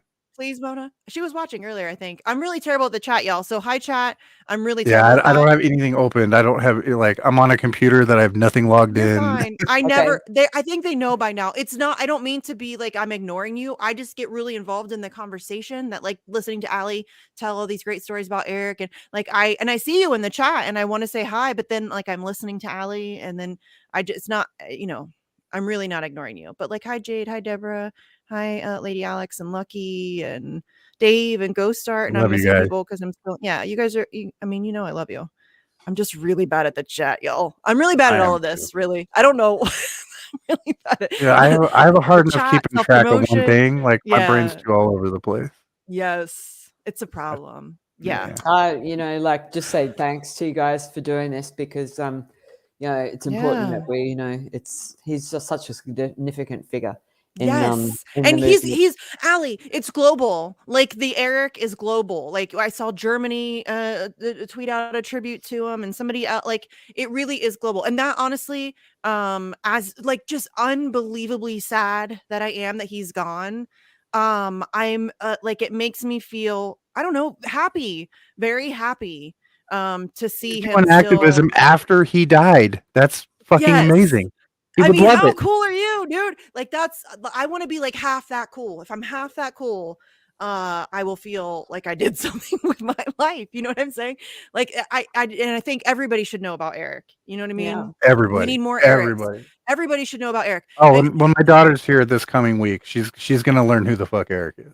Yeah, my kids already knew. My kids knew who Eric was. I have that painting right back there. I put the Julian painting's usually right there. My friend, painting. yeah, my friend Artsy Marxist did that. She likes to paint, and she was asking if I was trying to support her. I got one from Julian. I got one of Julian. I wanted to support her again, so I got one of Eric. And she does great, fantastic, unbelievably great work. And I'm very happy to have that now. You know what I'm saying? And yeah. Yeah, my kids know who he is for sure. Remember when he dropped the Malcolm X bomb on the show? Were you on that one with us? Yeah, I think so. I think so. We have Sleepy. Did you get like clips of his appearances on the vigils, or what did you get, or is it just like a whole? I got a couple clips from the 82 dot whatever. Okay, but I'm gonna pull more. I'm gonna continue working on that. Okay. And yeah, then we'll save that for another day. Like I'm gonna keep talking, be mad about it. I don't know why you would be, but I'm gonna keep talking about Eric. Like he'll be we're gonna talk about him for a while. Yeah, dude, like just the small bits I clipped out today, like he had a lot of insight. Yes. And yes. People need to learn some of that shit. So if we have to play it more than once, that's okay. Yep. Stefan is going to do an obit as well. Stefan had interviewed him so many times, and I gave him a lot of the early information. Like I've got reams of paper here, and he was describing his early life and stuff. So he's going to add that to his obit, and so Eric's going to. I mean, again, you're so cool that Stefania Maruzzi writes your obituary, dude. That's not amazing. Stefania Maruzzi, Stefan Simovic. Oh, okay. I thought you said Stefania. Yeah, good. But that's Stefan Simovic. Yeah. No, because he's life. He would be rapt to know that his legacy lives on, because like I said, he said use me in any way you can for Assange. And that's why during the lockdown we started doing that podcast, London Calling sort of thing, to get activists all the way over the world to join up and just support each other and stuff and talk. And of course I said, right, Eric's on the show, right? He's the compere as well, which is difficult because he did have a hearing problem, but with the cans on, he could hear much better, and wasn't he fabulous on it? He was amazing. Yes. So, that was the idea behind that. He really did have like the best, greatest stories, best insights. Like I mean, you can just see from the stuff that we've already played today. Again, he's just somebody that I think more people need to know about. Definitely. More people, lots more people. Again, we need more Erics, and how we get more Erics is by inspiring little Erics. I'm telling you, we gotta introduce the youngsters to Eric. We need more Erics. He was a great example. He lived a long time. Like it's on one of the clips. It's like activism keeps you young. That's and true. Also, what an amazing period of time that he did live in, where he got to sort of go through sort of Second World War, all of that period there, and then right up to the sort of like the digital kind of age. And the AI sort of surveillance state age as well. Yeah. What a span. Really, really interesting. He by the way, he swiped all of that. He did not have any kind of smartphones or any tablets. Someone gave him a tablet, but he couldn't use it. Look, Eric could barely turn an electric jug on. I bought him one because in his apartment, you can imagine London's quite cold. He had about 10 blankets in a very thick sort of thing, a bank of blankets on top of him, which, they weighed a ton, so I don't know how he sort of managed to survive a night underneath all of that. But he used to put saucepans on the stove to heat up water to pour into his hot water bottle, those rubber hot water bottles. Mm-hmm. So he'd boil the saucepans, and then he'd have to wait for them to cool down because he could get burnt because the saucepans didn't have a lip. So, so it wasn't dangerous to pour boiling water into a thing while he was sitting beside it. Yeah. So I bought him an electric jug, electric kettle. And, he could barely work out how to turn the button on because he just wasn't, he was anti-tech. He was analog. It was not funny, He had a radio station. He had a cassette player. I am so envious. Yeah. I love-hate technology. I love hate technology too. I love I'd rather just go fishing. Yeah, but I mean, I also it's a love-hate for sure. It's a tool. It is. It's a fucking tool. Yeah, it's a necessary tool at this point. Yeah, and I mean, it's also not even just a tool. It's like I wouldn't have met you guys without tech. True. The fact that I can be friends with Ali, who's from London and Australia, you know what I mean? Like that's great. I love that aspect of it. How it could. I mean, there's that quote from Assange. It was supposed to be, and I'm butchering this because I'm paraphrasing because I don't remember it all. But technology was supposed to be like the most democratizing thing, and it's now been turned into like this totalitarian weapon. Oh yeah, and that's what happens when you let like 4 companies control it. Exactly. But that's where we're at. I mean, it could have been this really fantastic, amazing, bringing people together literally across the world, at an instant. Unfortunately, DARPA created it, so I don't think it was ever meant to be that. Fair, but I mean, it could be. It could, but we're just so fucked up. Humanity's just honestly. We could take it over. Maybe. Yeah. We need a new internet, and that's the sadness of all of the Julian's activist friends. The people that used to work with him. That is the big sadness that they took it. They took it, and made it into something totally different to what it could have been. Yeah. So hopefully, there's chance that come the evolution of man. Good things will happen with that. Yeah. We need it. I hope so. Let's end. We have to end on positive notes with Eric's shows. Yes, it doesn't. I say it all the time. It doesn't have to be this way. It really doesn't have to be this way. People are very resigned to that, and makes me really sad. And especially, I'm just speaking to the United States because that's where I live. That's what I know. But it feels like everybody is just so beaten down. They genuinely believe that, this is just the best we can do. No, it's fucking not. And you deserve better. Like we all deserve better. I know I'm getting a little preachy, but we do. You guys, it's crazy what is happening right now, that there is just a handful of people controlling everything and fucking everybody over. And I don't care. Like all of us, we're all in that same boat. We're all getting fucking destroyed. Genuinely. Like they're killing us. And everybody just seems like, snap the fuck out of that shit. I mean, it could be different, but we're very quickly losing the ability to write that because there's a point of no return. And honestly, I think we've already hit that point. I'm still willing to fight the fight though, because I think you should just fight all of that. I'm not until the end. I'm not gonna just kick back and be like, fuck it, this is just gonna happen. No, I'm gonna fight back. But still, well, it is about love for your fellow man. Yeah. And that is the reason why we're in the Assange, protest movement, because going forward, it is to love your fellow man and wish for the best and hope for the best and try to progress that for the best. That's the ideal that Eric stood for. He just wanted to be a good guy. He wanted to do the right thing by people, That was his primary motivation. I think that's in common. I have that, and you guys have that in common with, a lot of the other people in the Assange movement.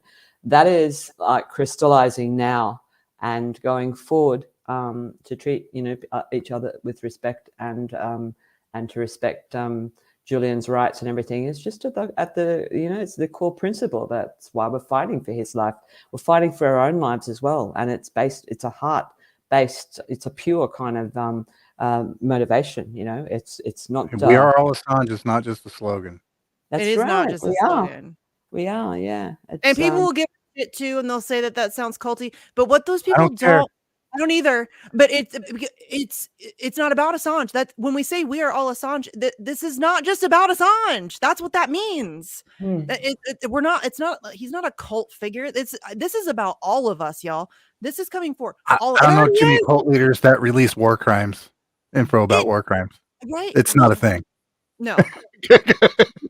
And this is coming for, it already is coming for all of us. We've seen it. We talk about it all the time. The censorship, whether it's the soft censorship or the overt censorship, it's coming for all of us. Alina Lip is getting arrested in Germany for covering Ukraine in a way that they don't like. Really? What? Yeah. Yes. She's an independent journalist. She was in Donbass, and she's being prosecuted in Germany for her coverage of Ukraine. And that's happening. It's not just her. Yeah, that's not just her. We really are all Assange, and it is by not the country who killed all their fucking journalists in World War II. That Germany. Yeah. Yes. That's fantastic. But only Putin is mean to journalists, according to all of these people. Only Putin. I don't like Putin either. He's a dickhead to journalists too. It doesn't mean you get to be a dickhead to journalists. No. Right. I don't like any world leaders. I don't know how many times I have to say that. They're all psychopaths. All governments suck. Every single fucking one. Yes, every single one. And you don't reach that level of power without being kind of a psychopath. It's a prerequisite because you have to be willing to exploit and shit on a lot of people to reach that level. They all suck. Yep. I don't like any of them. But that doesn't mean that you get to, whataboutism about how he treats journalists while you're torturing the world's most consequential journalist right now. And that's not up for debate either. Julian Assange is without question, the most consequential journalist. Yes. I mean, he released information like L. Ron Hubbard released really bad sci-fi books. Yeah. But I mean, and to have a perfect record over like he knows what I'm talking about. That guy's like a prolific sci-fi writer. There's all shit. Yeah. He's kind of like the Ed Wood of yes. sci-fi writing. Except he made a cult, Cybernetics. Yeah. Fuck you, Scientology. Just throwing that out there. Yes, fuck Scientology. Actually, they got banned from getting a charitable tax status in Australia, which is Australia. Fantastic. You got something. That's good. Yeah. Fuck Scientology. That's a win. Seriously, fuck Scientology. Deborah, I 100% agree. Team Assange are the nicest people I have ever met. And listen, I don't get along. Like, I'm sure that honestly, I keep my distance from most. Like, that's just how I am in general. I'm kind of weird about it. But I don't care. Again, I don't have to like everybody, but they are honestly some of the nicest people I've ever met. And they all are very welcoming, generally speaking. There's not a whole lot of. I've only met a handful of Assange activists that kind of that I don't really. And that's yes. And there's like a I don't have to like you. There's certain different cliques and stuff, and I think that's normal. But I think everybody is in it for we need more, so I'll take all the help we can get. Absolutely. With the community in London and Eric, I love London. The reason why he found a home one of the reasons was that everybody was so warm to him in the Assange team there. That people really looked after him, from, when he went through that depression, you had, Maureen was making him stews and puddings and everything and taking it over. And, there was so many people, Alan, and people would take him, escort him home. And, like everybody was just so warm towards him. So, he did go to the odd Palestine still, but mainly he did concentrate on Assange because he kind of found his family there. And, it was it was beautiful, it was really beautiful. The sort of team and family, there was a lot of love there and people really cared for one another and they really looked out for Eric. He had a lot of friends, like so many that would look out for him no matter what, So and I love that. He enjoyed a lot of love and acclaim, his later years. Everyone just respected him. Thank you for being one of those people, by the way. Yes. Thanks. Yes. Yeah. And thank you to all the London crew for taking care of him the way that you did. Like that also makes me feel better, I guess. I think that he really did know that he was loved and respected and appreciated. I think he would get a kick out of the fact that he was trending on Twitter. Right. You're like, what? He would be like, He'd be like, please tell me you got screenshots of that. Yes, I do. I'll Okay, send them to you. good. Yeah, he trended in Australia and in the US. He trended on Twitter. Right on. UK. Which was, did he in the UK too? Yeah. That's he would have gotten a kick out of that. Really.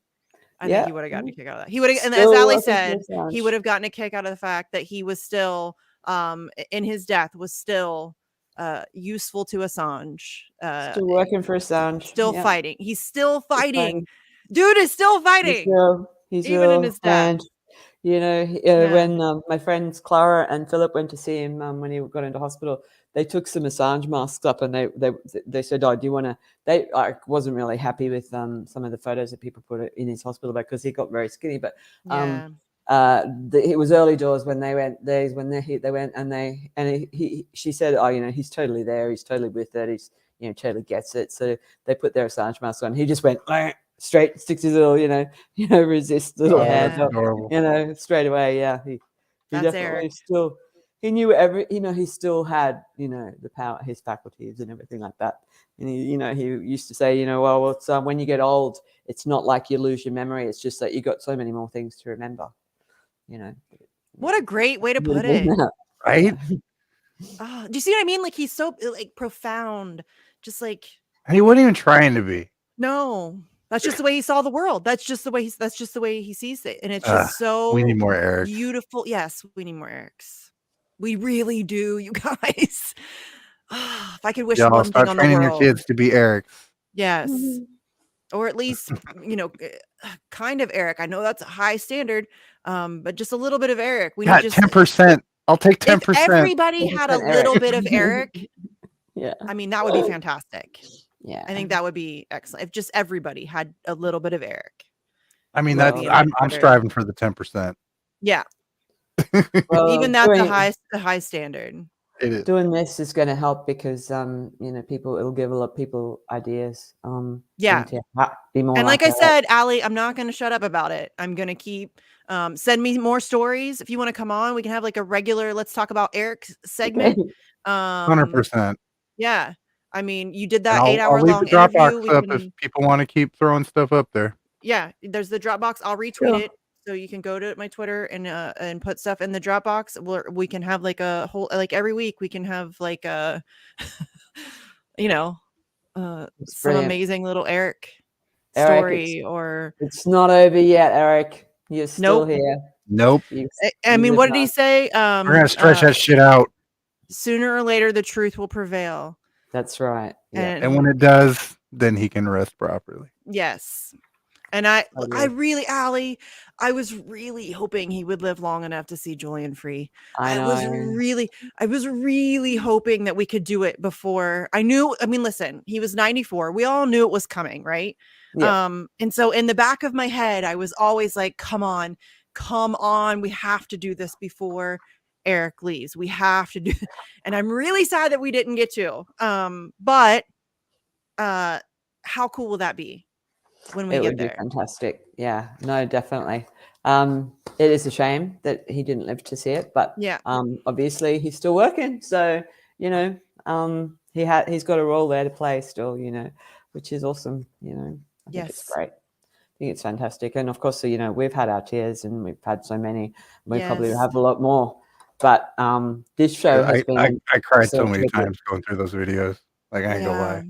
I've cried. Like, I'm really proud of myself actually, because I haven't cried on camera. I almost did, but I don't like to cry on camera. It's a thing. I have a thing. I don't like to cry on camera. So I'm trying really hard. But yeah, I've cried a lot. It's getting kind of late, so I don't think I'm gonna play the long video. But yeah, on the we way can play out, that. We're gonna be playing it more. We'll play more stuff. Save it. Yeah. So what do you? I'm definitely gonna play the one where Allie's dancing. Yeah. Play that. Yes. Yeah. Love you guys. Oh, that might make me cry. That might be it, Josh. Damn it. That's gonna be our outro. Okay, good. Then I'm done. I don't have to worry about crying on camera. No. This is taken by Marty, a friend of mine in London, and just to set it up. There's a man who was a busker with a PA, and he was a busker with the PA had backing tracks, and he'd do songs like Mamma Mia and a lot of songs from the 70s and 80s and sort of hit songs. And then he started doing tie a yellow ribbon around the old oak tree. So we used to go to Piccadilly Circus in the afternoon, then we'd go down to Trafalgar Square, where this busker man was, and sit around, and people would go and buy a few drinks and sandwiches and things like that and have a few snacks and sit around and listen to the things. Often we'd get up and dance. And this one night we were there, Marty took the video. He played tie a yellow ribbon around the old oak tree. And because of Truman's campaign, the yellow ribbon campaign, of course, we all got up and danced, me and Clara and Eric, and you can see Clara and another lady dancing, and Tisa and Henry, and then me and Eric. That's the setup. It was in Trafalgar Square after the Piccadilly Circus action. Okay, so we're gonna play this out, and then we're done, right? Like I'm done. I don't have to worry about. Okay, right. I love you guys. Okay, Ali, do you have anything coming up you want to tell anybody about? Do you have what's the Are you guys going to try to surround? Yes, October the 8th, we want to start. We're going to launch a global campaign to surround your parliament or your US embassy or whatever. So it's sort of like a linking hands human chain for Assange. They're doing one in Westminster across 2 bridges and around the parliament. And, we're going to try and get like 3,000 people to do it here around Parliament in Australia. But it'd be great to have it as a global action on that day. Yes. Or any groups anywhere can mobilize and do it as a symbolic thing on October the 8th or around then. That'd be fantastic. And we've also got a seminar coming up that we're planning here in Brisbane that'll have a lot of major media and academics, etc. for Assange. It's going to be about the security state and the whistleblowers, the actions that it's taken against whistleblowers. So David McBride will be one of the guests. Brian Toohey, a legendary journalist. I love David McBride. Yeah, he's fantastic. I saw him in Canberra yesterday with his beautiful dog. Oh my God, he's got this gorgeous dog. So lovely. Yeah, so that's what we got coming up. In Brisbane, Vegas. Let me know if I need to stream any of that stuff. Yeah. I wish we could get one in DC. I just don't know if we could get one. I wish I had more pull, like to get cool people. Like somebody who has that kind of power should get some cool people and try to get something for the States. Well, just get the word out, and someone might want to take it up, as a thing, but I just thought I'd mention it because I think I should it's just do it. Global. October 8th. I can organize. Dude, I don't know. I bet we could surround an embassy. I bet I actually probably have more pull than I'm thinking, and I could probably call in favors. I never do that. Well, do it. I should. Anyone watching this, I'll push you. It's all good. Yeah, stand up. Right. Stand up for Assange. Yeah. Everybody. Yeah. I can get Randy. Randy will help us. Okay. Yeah, I'll work on that. We'll work on that. Okay, Sleepy, I'm gonna should I take us out and then you can play the video? Yeah, take us out. I'll play the video. Okay, guys. You guys know where I am, where to find me, all that good stuff. I'm not worried about it. But we will be back normal time Wednesday, 9 p.m. Eastern. This week was just funky. So next Wednesday, 9 p.m. will be the next vigil. And I'll start working on October 8th. Okay, so we're out of here. Later, dudes. Enjoy the video. Please look for me, 'cause I couldn't bear to see what I might see. I'm really still in prison, and my love, she holds the key. Simple yellow ribbons, all I need to get me free. I would and told her please. Tie a ribbon round the old train. It's been too long.